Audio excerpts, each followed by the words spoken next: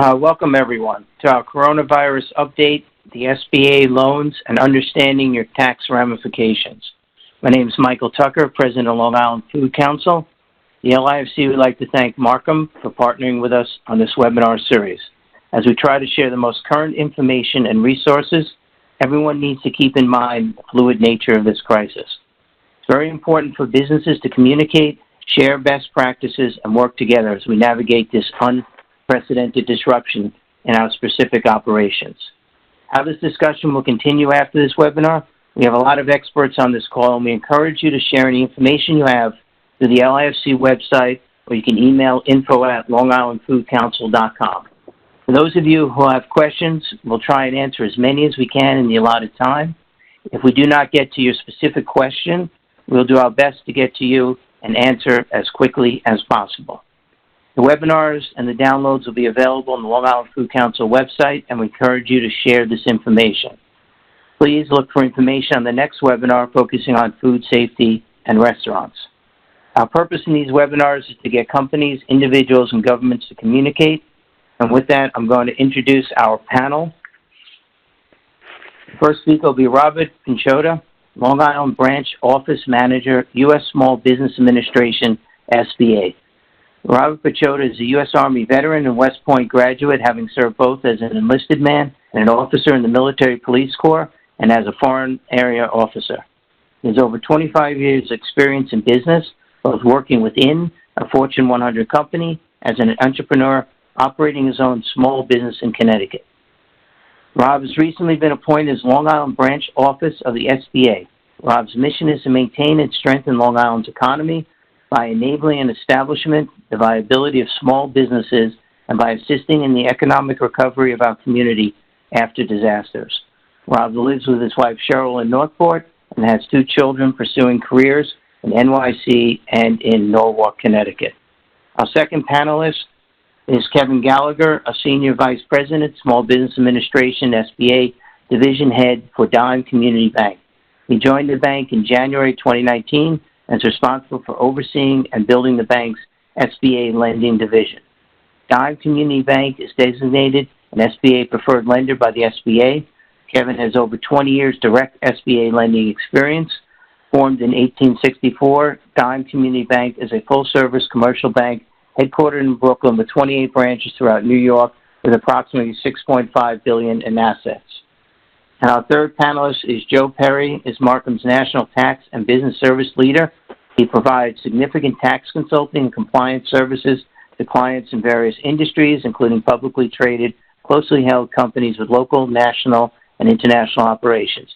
Joe oversees nearly 600 professionals in more than 20 offices throughout the U.S., sharing his knowledge, vision, strategic planning, expertise to ensure that Markham's National Tax Department delivers exceptional client service. With that, I'd like to turn it over to Robert.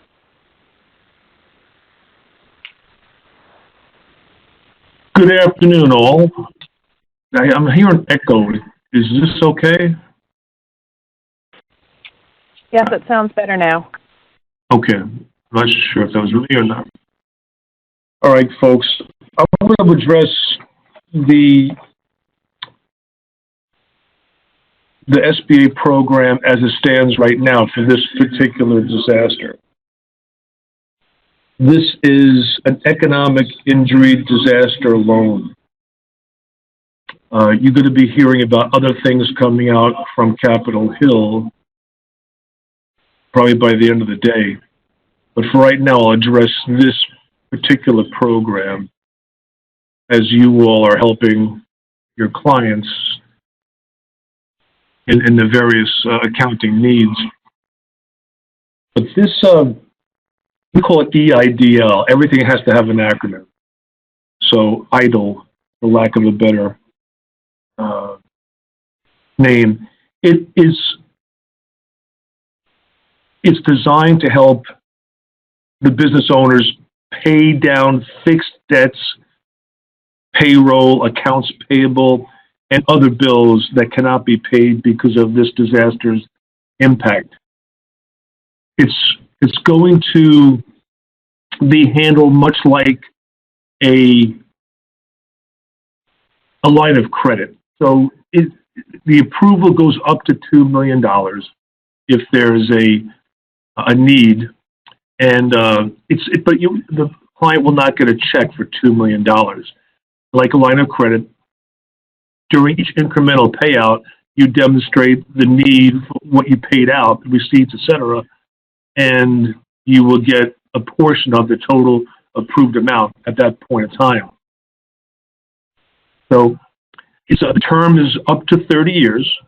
So if you look at the debt service for any business borrowing, it should be pretty affordable. But again, it's designed for only those expenses I mentioned, the fixed debts. The thing I want to stress here to anybody who's advising their clients, I have 3 words regarding this particular loan, and that is apply, apply, and apply.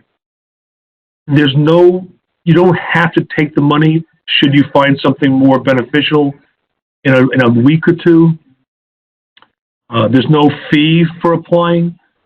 And with the expected wait for the approval process, which normally during good times might be between 15 to 21 days, and then another 5 days after that for payment, you might be well served to at least advise your clients to apply now.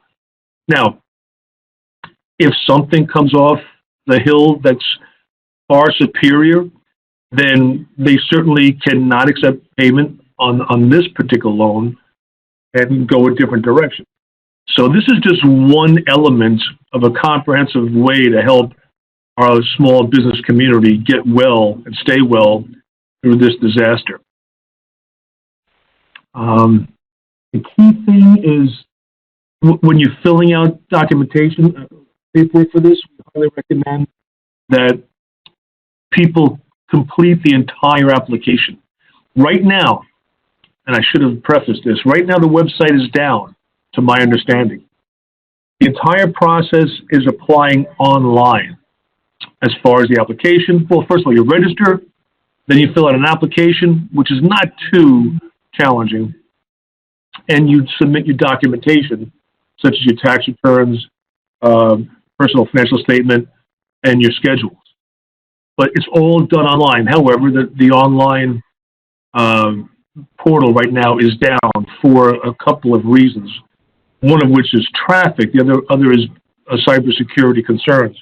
But it will be up shortly, so we recommend people do apply online. Having said that, they can print out the forms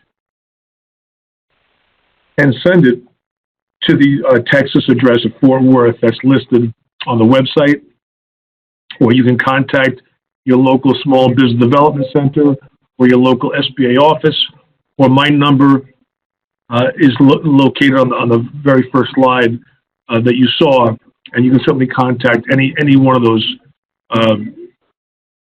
sources.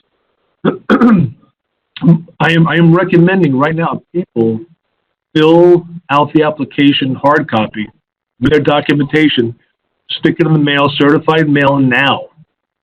Because when you think of the application approval time frame, if there is a long queue, then it may be a while before they can get this thing to the right pair of eyes to approve. That being the case, a paper copy certainly may be beneficial. And the key thing is that when these folks are applying, or if you're helping them apply, make sure that every box is filled out. If it's not complete, then it's going to go to the end of the queue. They're going to contact the client and want the information eventually. So it behooves everyone to make sure the application is as accurate, obviously, and as complete as possible. There is wording on the application. This is probably familiar to anybody who's dealt with SBA loans before. There's in the narrative somewhere, it's loans may not be approved if credit is available elsewhere. Don't overthink that. Have them complete the documents as directed. The SBA will determine that part of it, so don't be overly concerned. This is the website that people can click on, you can click on when it's working. This will take you right to the registration. There's 3 components here. You register the business, which is fairly easy. You then apply, which takes a little bit of elbow grease, retrieving documentation, etc. And then, of course, checking on the status as you go is in everybody's best interest. Now, there is an unsecured portion of which they will provide. Up to $25,000 can be secured if in an unsecured fashion. But like any SBA loan, if there is collateral, it must be pledged beyond that. These are a couple of screenshots as far as what you're expecting to look at. That's kind of what those 3 balls. I mean, this is the first page of the registration page. You assign yourself a user ID, give yourself a password, and once that's completed, then you're ready. And by the way, you may be turned down on your registration if you put your company name, and sometimes that happens if it's fairly common.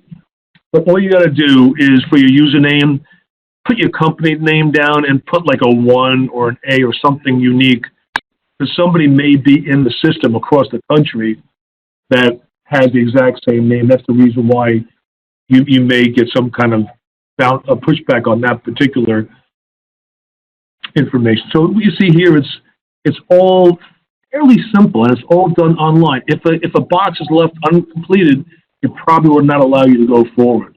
So that's the good news. It's kind of self-regulated in that regard. After registration, then it will take you through to the actual application process. You see here the screenshot.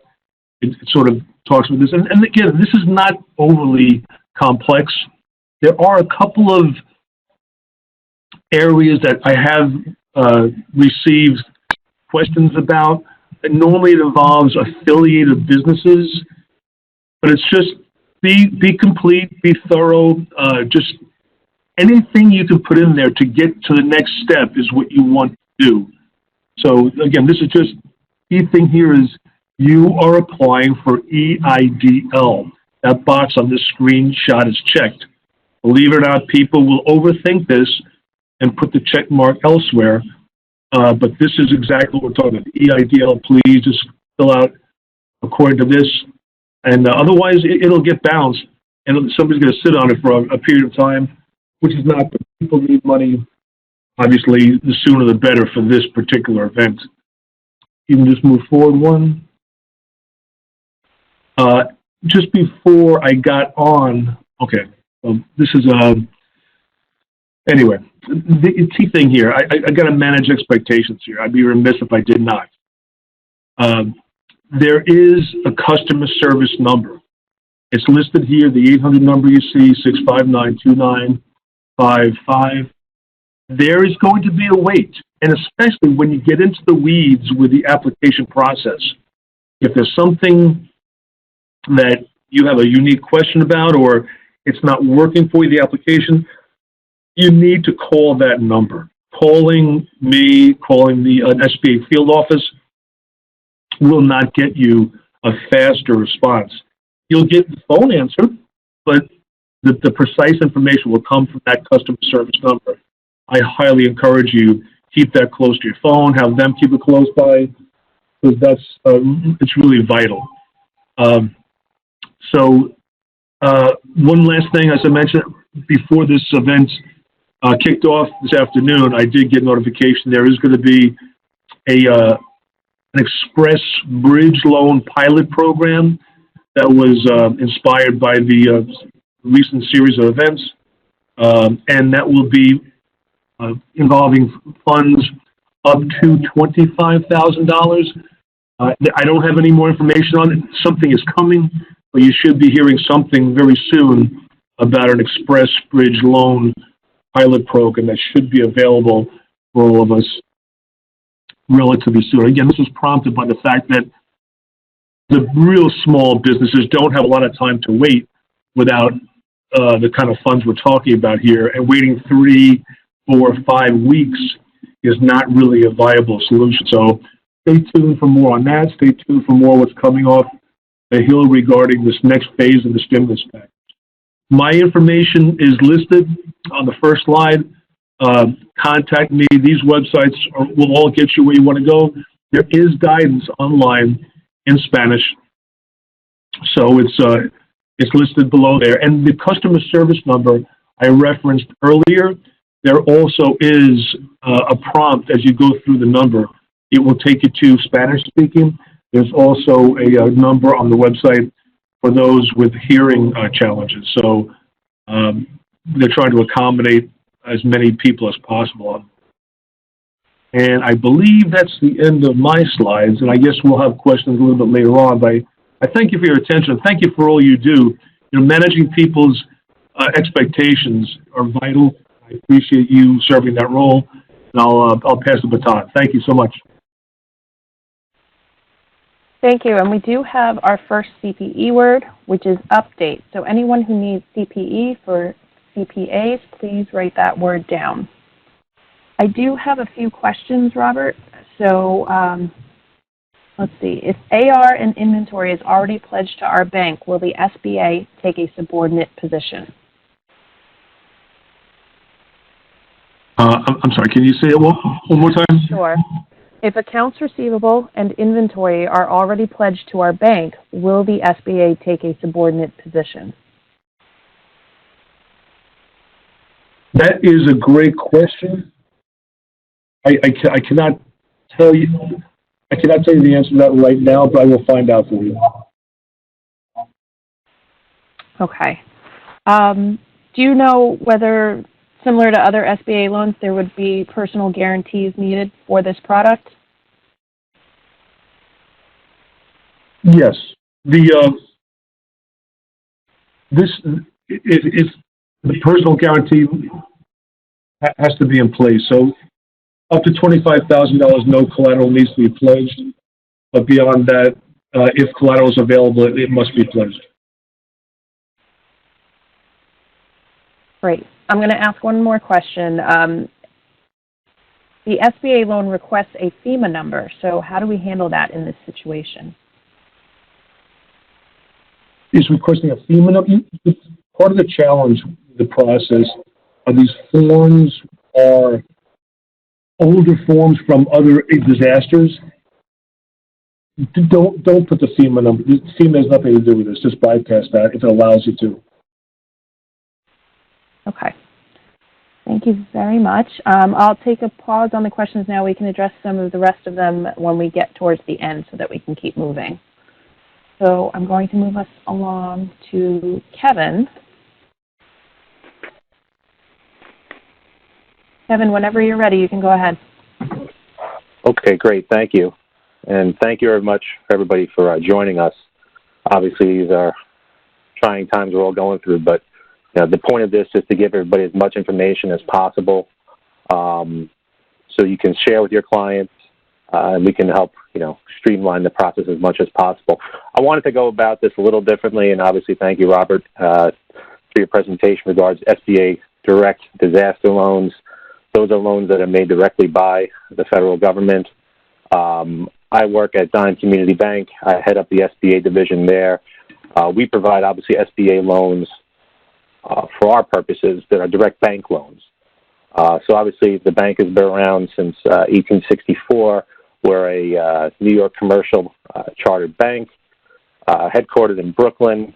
My office is in Melville, and I have a team of SBA business development officers that work very closely with our relationship managers and business bankers on identifying SBA opportunities. Dime is an SBA preferred lender. We were given that authority by the SBA. It's the highest level of authority that the SBA grants banks to have. What it allows us to do, it allows us to approve, underwrite, close, and service SBA loans on their behalf. It streamlines the process significantly as opposed to submitting the entire package to the SBA. We, as preferred lender, can approve and close the loan based off of our underwriting and our credit criteria. Just wanted to share and kind of brief oversight on a couple of the specific SBA loan programs that we offer that are different than the disaster loan, which is, again, directly made by the government. The SBA 7A is kind of the Swiss Army knife of SBA lending, for lack of a better word. Typically, our loan amounts can range from $100,000 up to $5 million as the SBA maximum. Terms up to 25 years, and the rate is based off of a prime plus a spread. Loan proceeds can be used for just about anything you can imagine that's for a for-profit business. Permanent working capital, high interest rate debt refinance, business acquisitions, owner-occupied commercial real estate purchases, leasehold improvements, machinery and equipment, and even startups. So again, it's used for a litany of different types of businesses, and SBA is really has their the definition of a small business is it could be a very large business these days.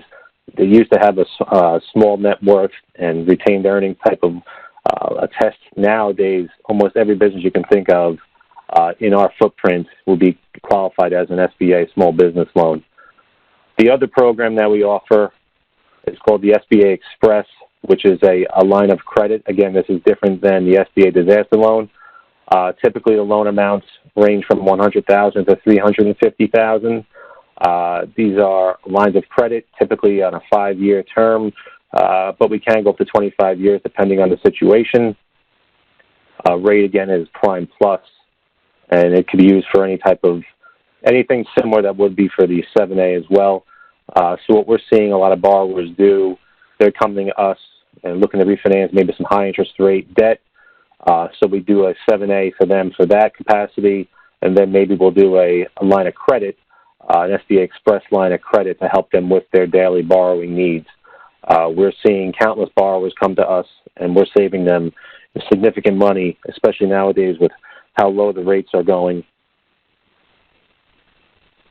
So I guess what separates us, and obviously everybody's here to help everybody, so anything that I can do to help in the process, if you ever have any questions with regards to SBA disaster loans directly, I can help. Me and my team, we can help, lead you to the right place.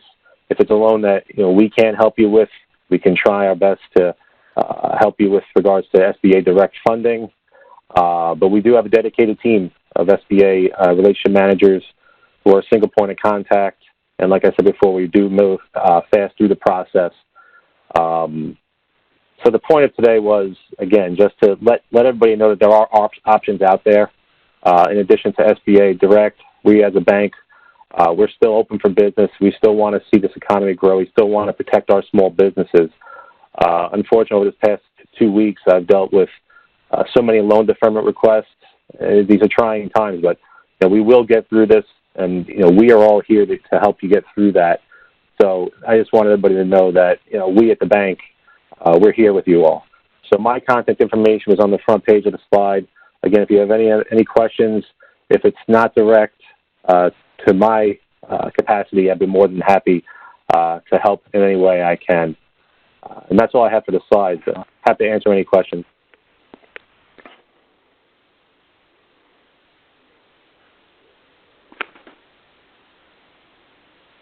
Okay, so we have our next CPE word, which is loan. So if you're looking for CPE, please write that down. Now, a question that came up, do you need to be a depositor in Dime to get any of these loans? No, you don't have to be we would obviously love to have you, but we would start as a new relationship, as a new borrower. We can look at it as a new to the bank customer. Absolutely, we can look at them. You don't have to be an existing customer to have these type of loans. Great. Will SBA subordinate on 7A or Express loans? Yes, the SBA always, with regards to bank lending, they subordinate to the banks. There's loan programs where if there is a bank lending in place, the SBA could potentially take a subordinate second position, obviously. With regards to personal collateral, if there is equity in a home, then the SBA would take a subordinate second lien position on primary real estate or any type of collateral that is available. But answer's question is yes, we can look to subordinate. Thank you. Are there any 0% SBA loans? No, not at the moment, but prime has come down significantly. Right now, I think it's at 3.25. So that's where I know the disaster loan is. The pricing is a little bit more aggressive than prime right now, if I recall. But with regards to traditional 7A and Express, a lot of the banks charge a prime plus spread. So it's usually between 1 to 2.75% over prime. Thank you. Are there any businesses that you know of that don't qualify for these types of loans? For our purposes at the bank, it has to be a for-profit business. I believe on the disaster loan, it may be available for not-for-profits. I'll defer to Robert for that, but that's really the only thing, the only type of business that wouldn't qualify. It has to be a for-profit business. Thanks. I'm going to ask one more before we move on to Joe, and then we can circle back to some of these other questions at the end. So this is a specific question. I've just received a line of credit from SBA. Can I convert that to a disaster loan? And if so, what would the adjusted interest rate be? That's a doozy. Yeah, I would think Robert would have to better answer that with regards to the disaster part of it. I'm not sure about that, to be honest with you. Okay, so let's... Oh, are you there, Robert? No, it's Michael. I have one question that has been asked. What is the process involved in deferring a loan, and how important is it to communicate with your bank now as you're going through this process? That's a great question. Thanks, Mike. Communication is the key. If like I said, I've had so many loan deferment requests just come up the past 2 weeks, but people have reacted before there's a problem, which is great to see. They're being proactive as opposed to being reactive. So the key is to be communicative with your banker. And then each bank has their own process, obviously, but I will say in our process with SBA loans directly, we can defer loans 90 days, 6 months, interest only, defer all payments. It really depends on everybody's situation. Depends if it's been paid as agreed up to this time. If the issue was truly the coronavirus, then we will look to assist any way we can. But the process of deferring is not a major process. It's really not at all. So we're working on many of them, unfortunately.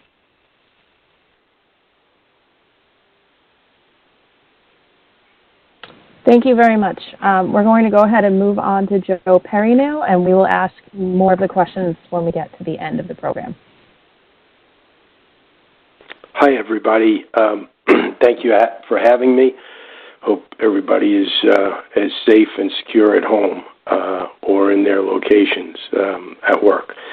So today I will go through with you a high level of the tax implications. Things are fast moving.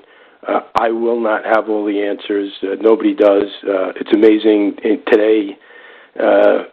Nowadays, people take a picture with their cell phone and text us and say, what does this mean? I think we have a smart group of people, but when it comes to answering laws that aren't even laws and being enacted by governors as they speak, it's very, very tough. So I would say be patient with your accountants. They're trying to do the best they can.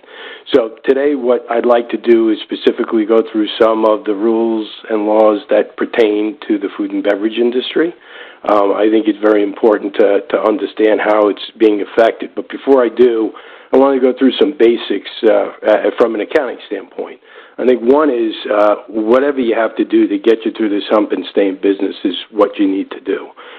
If it's truly the effects of the virus that's holding up your business, you want to come out the other side. And to do that, I think you have to do some basic things, which is to preserve cash.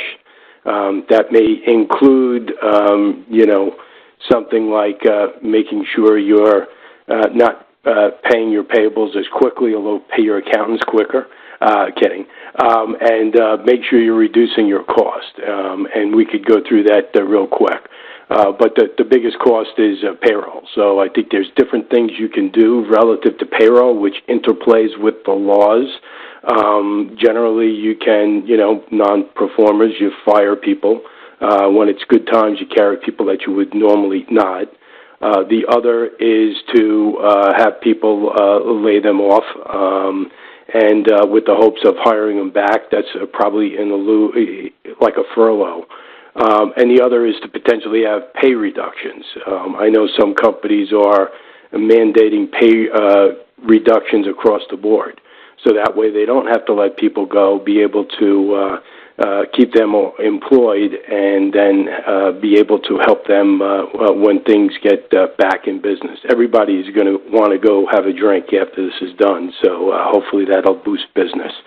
I would also say keep track of your debt and liabilities as it builds up. It's very important to do that in order to be effective and understand and manage your plan. Your plan is elongated. Some people now are going to retire a little bit later. But I think if you understand that build up and work with the bankers and the SBA, hopefully that'll alleviate that. I think you have to be proactive in speaking to your banks, which we discussed. Also, your mortgage companies, there's rules that allow you to defer 90 days of payments. And I think as long as you've been a good paying borrower, I think you're going to reap some of those benefits and be able to work things out better than most. So that's important. So what's the second biggest expense, as you know, are taxes. And it's very important to address that. And the first most important thing is while the dates were extended for tax returns, which I'll get into in a minute, if you do a refund, you should get that in right away. I think one of the reasons why the government did not extend the due dates right away is they wanted people to file their taxes, so that way they can get the cash in the people's pocket. That was the immediate way of getting a stimulus. So those refunds that people count on, now they're not taking a vacation, but they could use that money to live. In your cases, you could use that money to fund your businesses and pay the people that you're paying. I mean, it's exciting to see, and I know many people are doing the same thing. We're frequenting the restaurants and places that we normally do to keep them in business, and you know, there's many things that you're doing to make that easy for us, and it's exciting, and I thank you for that to see. In terms of income taxes, you know, here I'm going to speak about income taxes versus other taxes. The due date now, and you do not have to file extension, is July 15th. So April 15th moved to July 15th. That's both for income tax payments as well as the due date of the return. Many people are probably self-employed, and in order for them to pay taxes, they may not have a W-2, but they may pay estimated payments. Well, your first quarter estimated payment for 2020 is now due July 15th. So that is due and postponed. The interesting part that was not picked up is that there's a second quarter estimated payment, which is due June 15, 2020, and that has not been delayed as of now. I'll get into that in a little bit. In terms of state and local, many of you are in New York State. Like many things, there have not been laws that are being changed with due dates, but when you have a Treasury Secretary and or the governor of a state saying something, you would think that they're going to follow through what they say. Or arguably have reasonable cause, because you're relying on what authority says, and that's usually not what you do. But in these strange times, I think it might be a little different. But having said that, you know, the payments of all states we're monitoring, and we have that information. That's income tax. To be clear, there are other things like gift and estate taxes. That is not delayed. That's a 706 and 709s if you file those. So that's important to note. Trust returns are extended as well. As it relates to payroll tax and sales tax, again, that runs the gamut. Sales tax on their website, if you went to Markham's helpful page, you'll see some of the releases. We referenced that. You go directly to New York State. They have postponed any penalty or interest for the March filing deadline that you had for paying sales tax and use tax. So that's good. So if you were worried that you missed that, that's important. Certain excise taxes may be included, but again, that's on a specific basis. The most important thing I think, though, to note is it's changing ever so quickly, and it's very, very important. I would say that, as it relates to the estimated payments, as I said, and the non-tax payments we've discussed, one thing that is very, very important, and I'll get into it in the proposed law in a second, is that there are certain taxes that are more onerous, or you're more responsible as the owner or the person in charge of the taxes is trust fund taxes, and those are taxes in which you're holding the money. You've already collected it for the government, and the two biggest are payroll taxes and sales taxes, sales and use tax. And I can tell you, the biggest area, especially in your industry where we see failures, is sales and use tax. Collecting it, you owe the government, and you just can't afford to pay it because you use that for your operations. Same with payroll taxes. Well, if you're an officer, you're personally liable for those taxes. So while I'll talk about in a little bit that there'll be postponement, you should make sure that those taxes take priority, even more than income taxes, because those taxes you can personally be responsible for, and that's very, very important.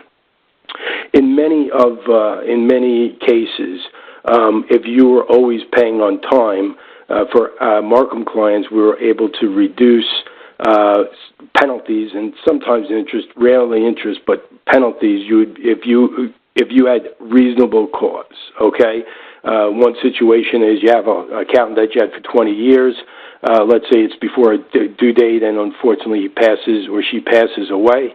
That would be reasonable cause where you didn't file on time and you took the prudent opportunity to file soon thereafter.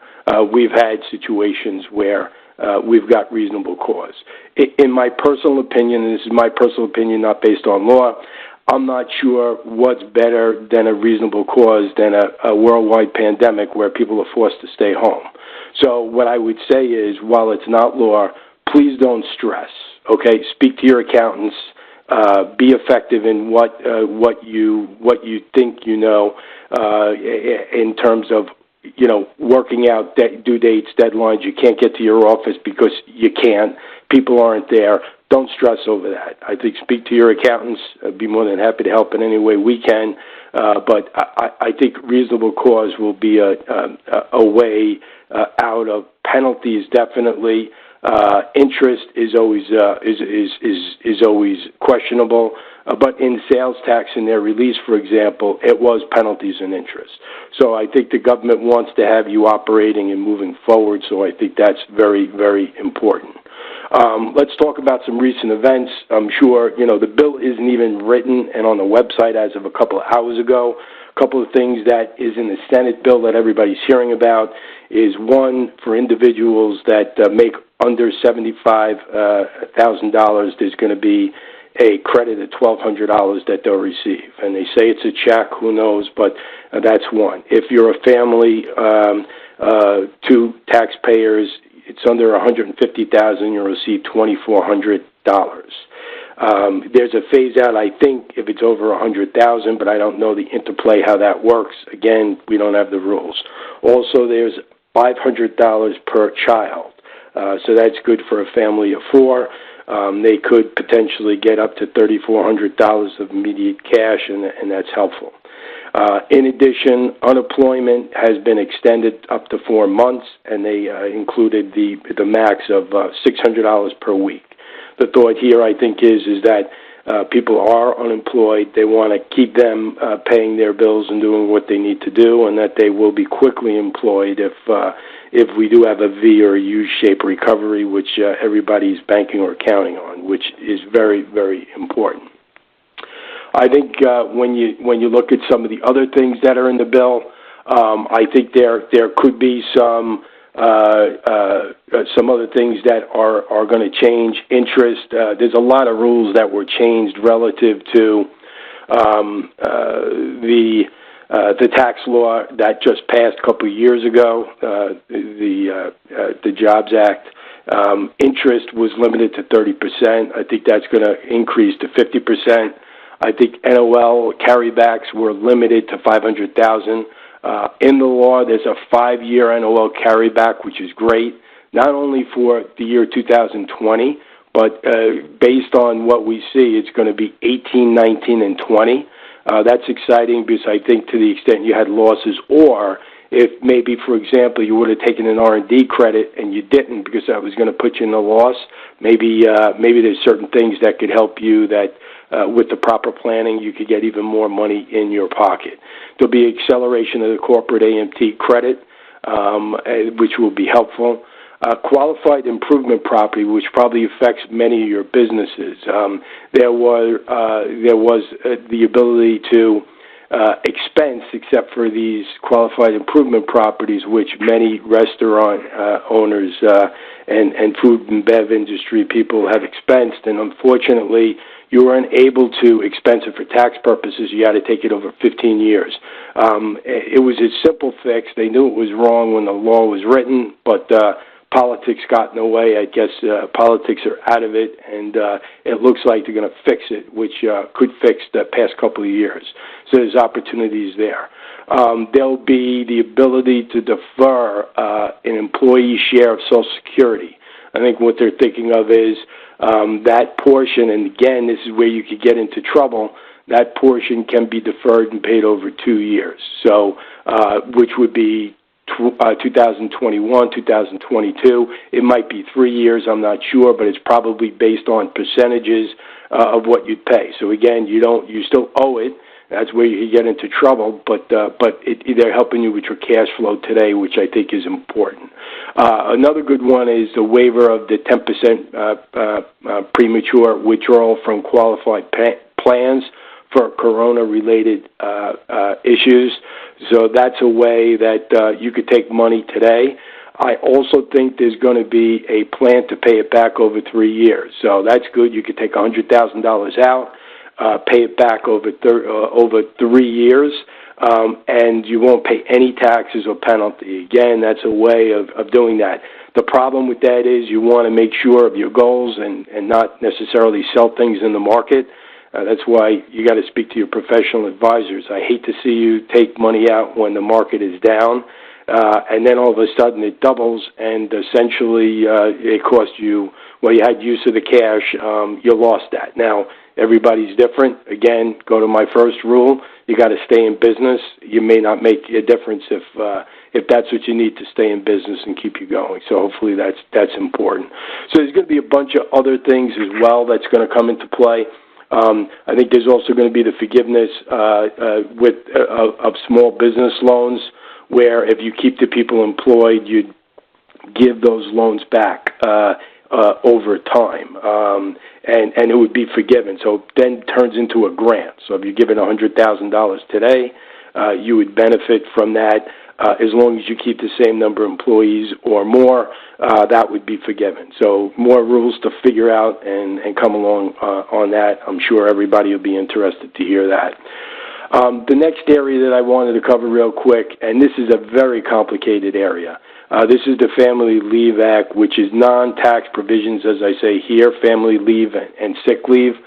It's very complicated, and the reason why I say it is it really doesn't necessarily relate to tax rules. Okay, this is where you normally, if you have a HR person or whoever you use for that, or a labor law attorney, it's probably good to get them involved, because some of these issues are not only, you could be trying to do the right thing, and you could be running afoul of the Department of Labor, which nobody wants to run afoul of the Department of Labor rules. There's all types of different milestones in terms of employees. It's very confusing, very, very confusing. So, for example, COBRA is 20 employees. The act that we're talking about, the Family Leave Act, and is related to under 500 employees. So I think that's important to note. there's different mechanisms. So there's credits, and the credits, overall, again, I'm giving you highlights so you understand what this is and how it relates.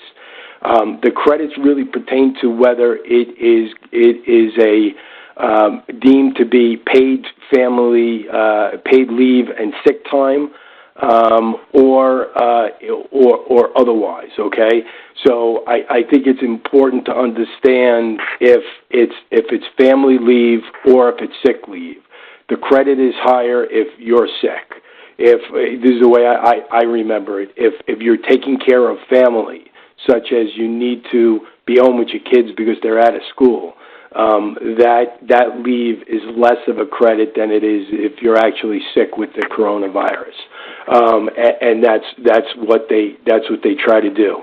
So employees are eligible for a tax credit for up to for either the paid sick leave or the paid family leave, equal to 100% of the amount of wages paid, subject to a cap of $511 per day if the employee is diagnosed or self-isolated, and $200 if the employee is home caring for someone that is ill, sick, or home with kids. So the bad thing with this is it's a credit. So you need to pay the people and come up with the cash in order to get the credit. The credit, there's a mechanism where you pay your self-employment taxes, you'll owe less self-employment taxes. Well, if they're giving you relief with self-employment taxes that you're going to be able to pay over a couple of years, well, you're not getting a double benefit here because, you want to get that refund. So maybe there's something in the regulations that allow for a quicker mechanism, but that'll be helpful. The one thing I stress is, please, taxes are important. You have to make sure you're looking at the labor law rules that dictate these credits. The credits is just a mechanism, and the tax is the way you get that back. The other last thing I'd like to want to mention to you is from a business standpoint, what is your business going to look like at the end of the crisis? You got to picture that and plan for that. I think that's important. Okay, you want to get through this, but what is it going to look like? How are you bringing people back to work? Are you doing that over a period of time? How is that going to help fund your cash? Hopefully, you have an explosive business, and people need you need the people, but you have to make sure you're surviving your business so you can employ all the people you did. I'm sure many of you want to get them employed right away, but you have to do it over a period of time. And then when to advertise. Some people are taking advantage and changing their advertising now. I think you got to think about when you give it back. The last thing I'll leave you with is, as we all know, at the end of the day, the federal government and the states are expending an inordinate amount of money. Guess what's going to happen after things are good? They're going to want their fair share back in some way, shape, or form, whether it's higher taxes, enforcement, and so on. So I think it's very important to keep that in mind and make sure you have all the documentation you need to substantiate whatever you do. And I think that, speaking to your financial advisor, tax accountants, bankers, is very, very critical to come up with an overall plan. With that said, I'll turn it over to Michael.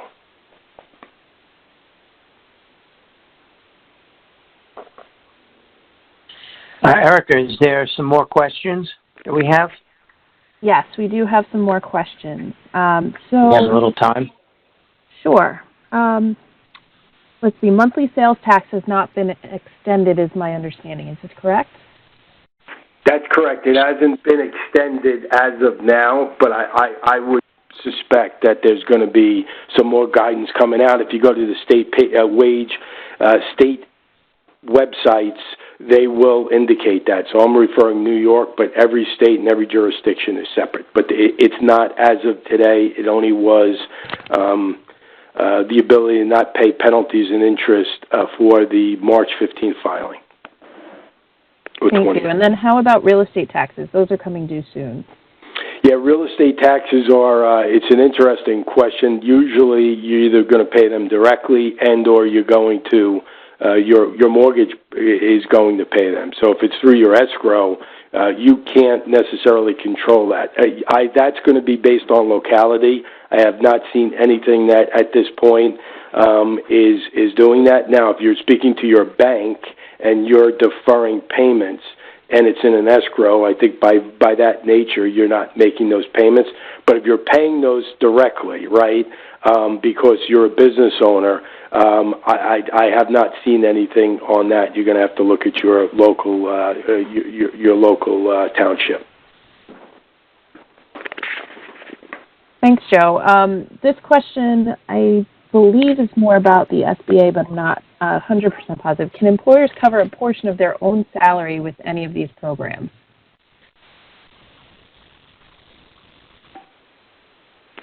Related to the Family Leave Act and credits, it really depends. I think it might be in some cases, but you really have to see what that is. The rules are coming out from the Department of Labor. They just came out, I think, yesterday. So I think when we look at those, we'll know more about that. But the other common question is many owners of restaurants have many restaurants. So to the extent that you have more than 500 employees because you aggregate all the restaurants, how do you aggregate, right?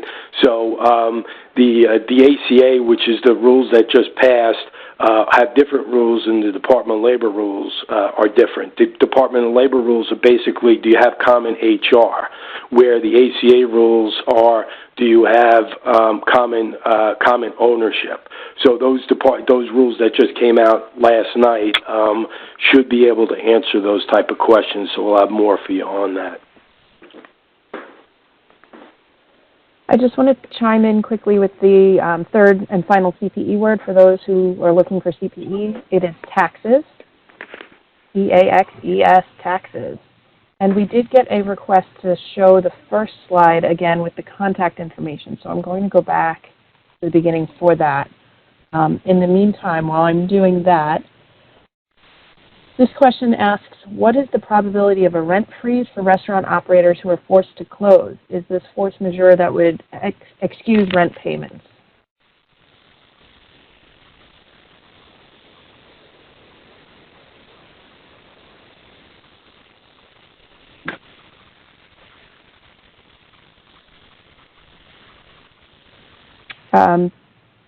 Joe, Kevin, I just saw you unmute. Joe, you're muted in case you're speaking. Hello? Yep, I'm sorry. I was waiting for somebody else to answer the question. This is a legal question, and I would say that it's a really good question because I think you should be proactively, as owners, looking at your legal agreements and seeing what your clauses are, especially if you have events, as well as for your customers, what your contract is. So it's not only for rent, it's also for, let's say, you're doing events. So I think you have to see where you are with that and speak with your legal counsel, because that becomes a law question.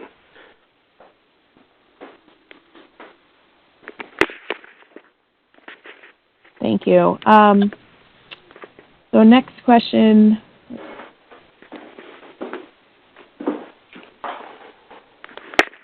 I was unclear whether Robert was recommending to complete online or complete a hard copy and mail it. So Robert, if you'd like to chime in on that one. And then also a question was raised whether we could post the hard copy, a link to a hard copy application when we post all the information from today's seminar.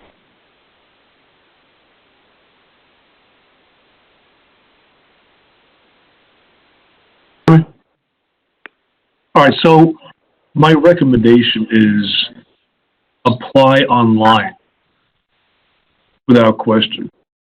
Currently, the website is not functional. So sometimes people want to be very proactive. You certainly can print out or even Google the forms and then complete them, mail them in. But the best way is online submission.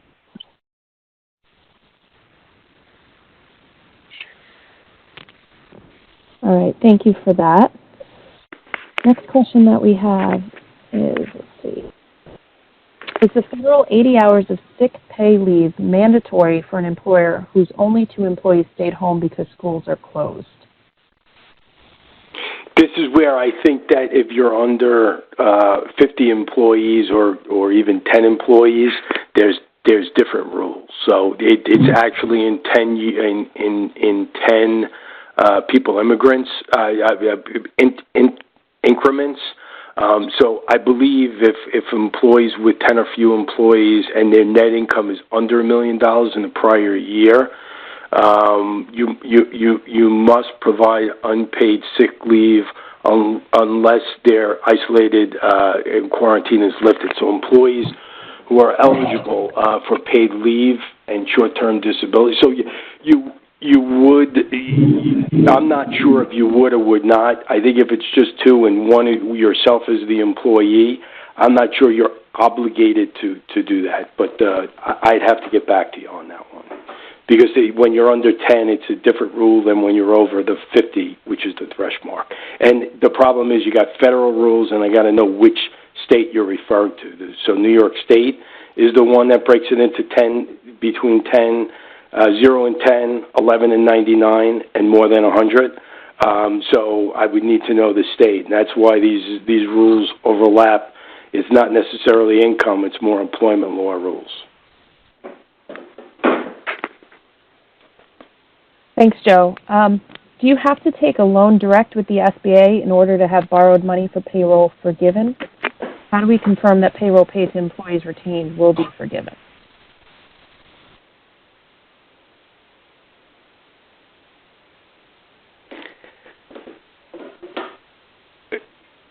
The payroll tax, you don't have to take the SBA for payroll to be forgiven. And again, we don't have those rules relative to that. If that's in the new law, that hasn't been provided. So just so everybody knows, right now the House hasn't voted on it. It's in the Senate. Senate's gone through that. Now it goes to the House. So the House has to vote on it, and then hopefully it's unanimous and they don't have to make any adjustments. And then it should go to the president for signature. And then at that point, we'll have more information. So this is all just, usually the bills are put on the Senate website, and it wasn't as of this morning. So this is ever-changing. I'm sure it's going to be 1,000 pages or more with different components in it, so it'll take a little bit to absorb. Thanks, Joe. I think this next one is for Kevin. Are the interest rates different if one applies direct to SBA versus a bank like Dime?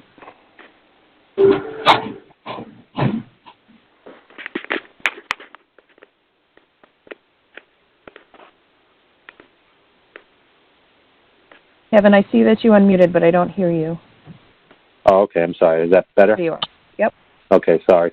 So the SBA disaster loan is a loan directly by the SBA, which Robert discussed, and their rates are below market than what the banks would be right now. I think they're in the 2 3/4% range, I want to say, whereas the SBA direct lending at the bank, that's more based off of a prime plus a spread. Typically, we're at prime plus 1 to prime plus 2 3/4. So the SBA disaster loan is definitely more aggressive and longer terms than your traditional, typical SBA lending from the banks. Thank you. And let's ask one final question because we're just coming up to 2 o'clock now. How does it affect me if I've already laid off staff? If I receive a loan and bring that staff back, will I still be able to get forgiveness?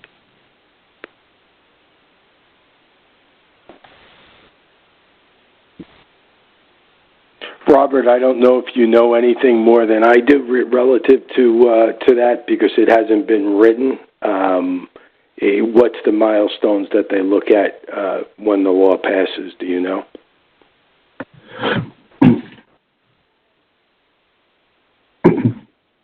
I am unaware.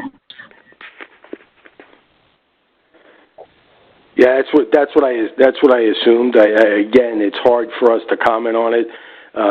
Much of this is premature, and again, you're getting information, and these are all good questions.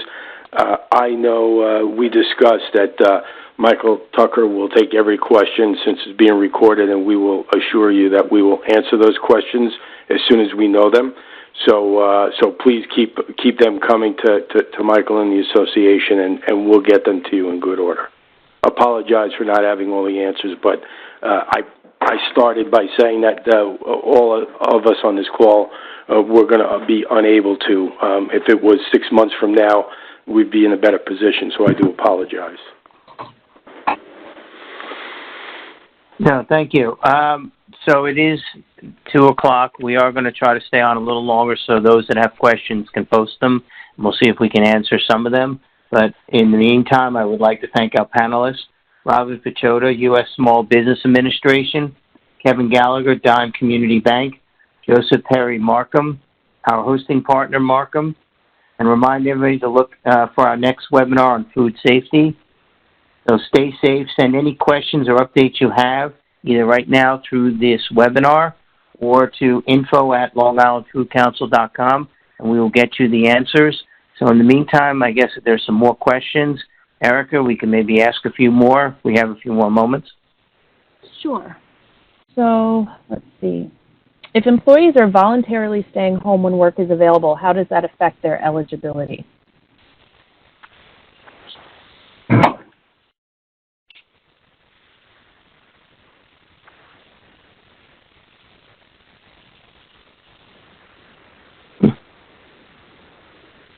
This may be another one that we're just not sure about at this time.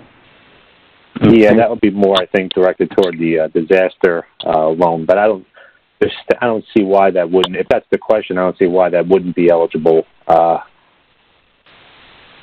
100% positive though. Thank you. I've received a couple questions asking if the slides will be available, and we will be providing a copy of the slides and the video to Michael to post on the website. And I believe through the webcast, I have everybody's email addresses, so we will make sure that everyone gets a link to that site with all the information that they need. Robert, I do have one question for you with the SBA disaster loans. Do they apply to non-for-profits? Great question. They do apply to private nonprofits. Public nonprofit will not qualify. Also, religious and academic is unquestionable. Okay. And the other question I had was the traditional SBA loans versus the new disaster loans on what you can actually do with the loans, whether it be for real estate or inventory or employee. What is disaster loans? Can they actually be used for? Well, I have been asked a question about, can I use the proceeds from the disaster loan to pay off other loans? And it's specifically designed for paying off fixed debts. So if you have a debt service that must be paid, then you can show the documentation where the money is going, and the proceeds can be used as such. You just have to show documentation, and then the disbursement will be made based on what you're submitting. Yeah, we've also been asked by companies that have inventory that's going to expire. Would these loans cover expired inventory or product that is no longer viable? Or just debt?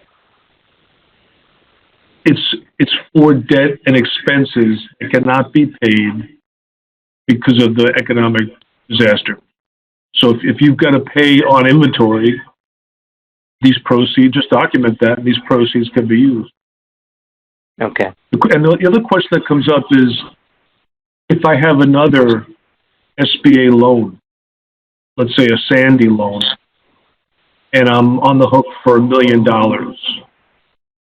can I apply for the $2 million max on this loan?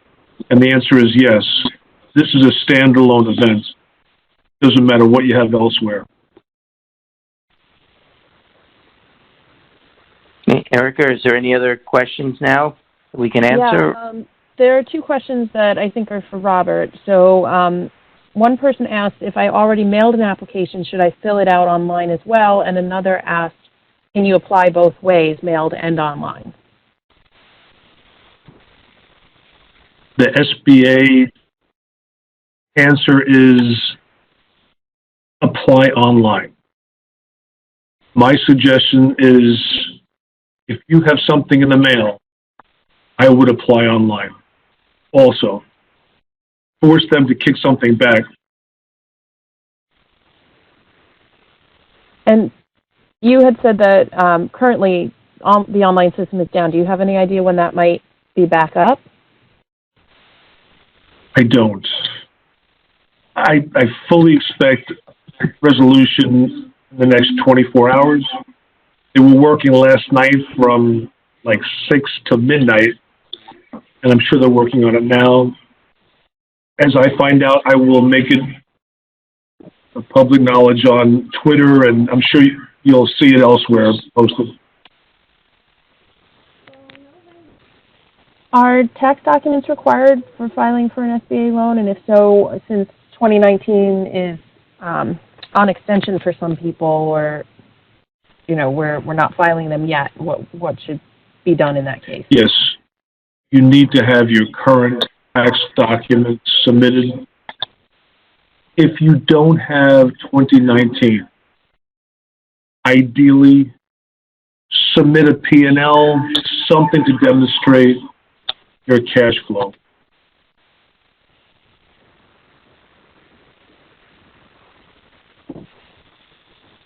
Thanks. And we had a follow-up question. We had asked about the FEMA number before, if they don't have a FEMA number. So if we bypass answering that and we leave a box unchecked, does that put our application to the bottom of the pile because it's incomplete? That should not matter. This FEMA played a role, as most know, with the Sandy application.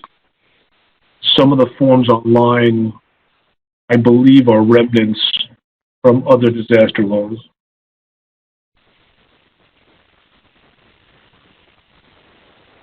Thanks. And if you already have a line of credit available to you, are you precluded from seeking this type of loan? Thank you for asking that. Apply. Let the SBA will sort it out. But it's not going to be, there's nothing that will disqualify you as such. Based on the data submitted, they'll decide what your need is.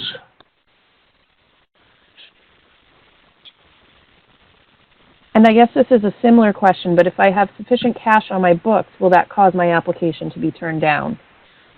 No, it won't.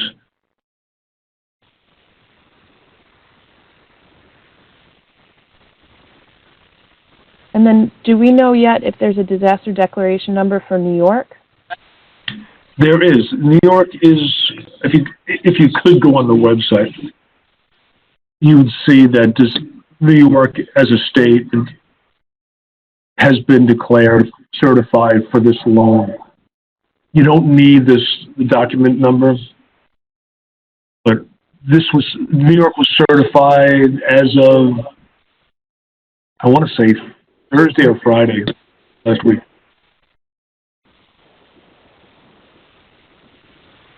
Thank you. Let's see. How should applicants handle the estimated loss section of the application, as the estimated loss will vary over how long businesses are shut down? I'm sorry, I could barely hear the question. Sorry, I'll repeat it. How long should applicants handle the estimated loss section of the application, since the estimated loss varies over how long the businesses are shut down? So what should they be writing for that? I'm unclear again on the question. You need to project 6 months worth of anticipated loss, or the gap you'll have for 6 months. Once your application is submitted, it's up to you to follow up, and don't let this thing wait longer than 3 to 5 days once it's been accepted. I'm not sure if I hit the question or not. I think that answer works. So a couple people did chime in that they were able to get online in the morning, so that it's best to try to apply online early in the morning.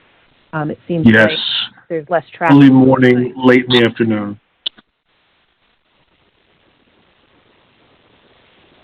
You mentioned that the penalty Appreciate was this, waived. if you will. This is the only time ever that all 50 states have been involved with a disaster loan program like this. So it's uncharted territory.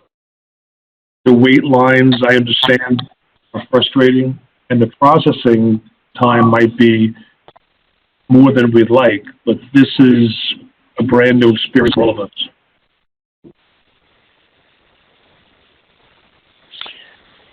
So I have a question. Should seasonal businesses still apply now, knowing what we're heading into in the early spring, that they will have, effects from this? Is the idea just to make sure they keep applying? Is that your advice, Robert? That's my advice.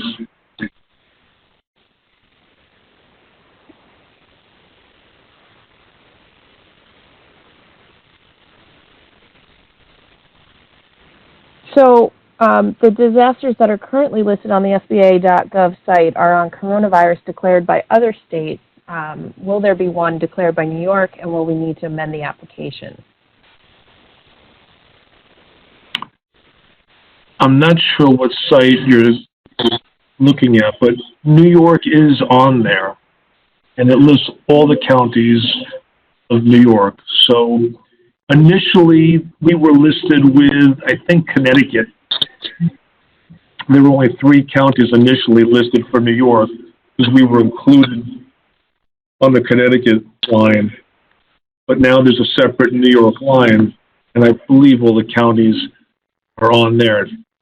So you don't need the certificate number. The mere fact that you can apply when you're on the site, if you can get in there with an application, that in essence is showing that we are certified. And is there somewhere that they could print a hard copy of the application so they can gather the info before they go to enter it online? Unfortunately, the site has to be active for you to print the forms out. You can try, I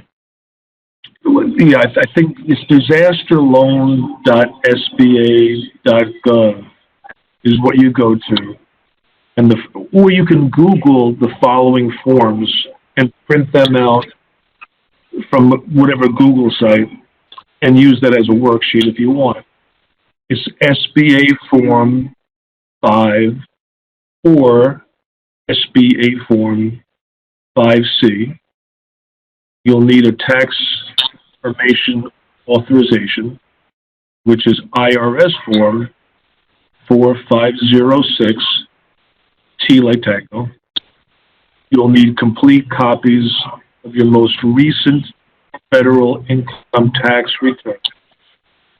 As I mentioned, if 2019 is not complete, then a P&L update would be helpful. You'll need a schedule of liabilities, SBA Form 2202, and a personal financial statement, SBA Form 413.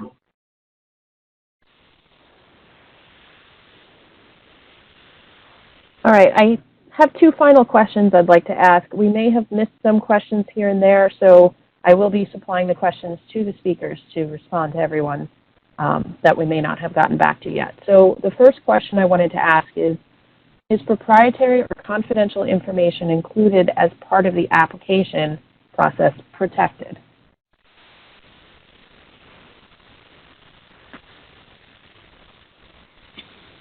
Yes. Great answer.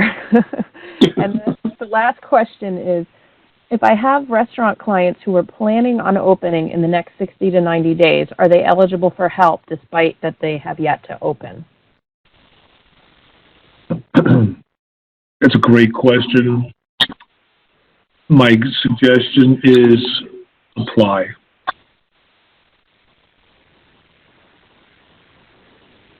What happens with disaster loans as many of you probably know, is sometimes the underwriting eases as the magnitude of the crisis becomes more clear.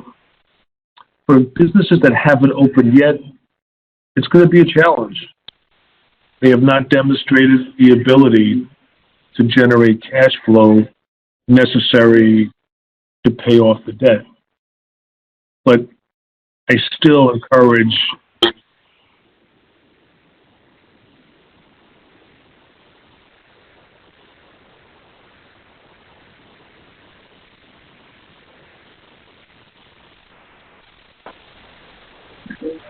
Robert, you got cut off there. my answer was, I still recommend they apply. You may find that the underwriting criteria might ease. Normally, you must demonstrate cash flow, proof of cash flow that documents you can pay the debt service. With a pre-revenue business, that's going to be a challenge. I'd like to thank everybody for attending, and I'd like to thank our panelists and wish everybody to stay safe. And if you have any questions, please send them to info@longislandtruthcouncil.com.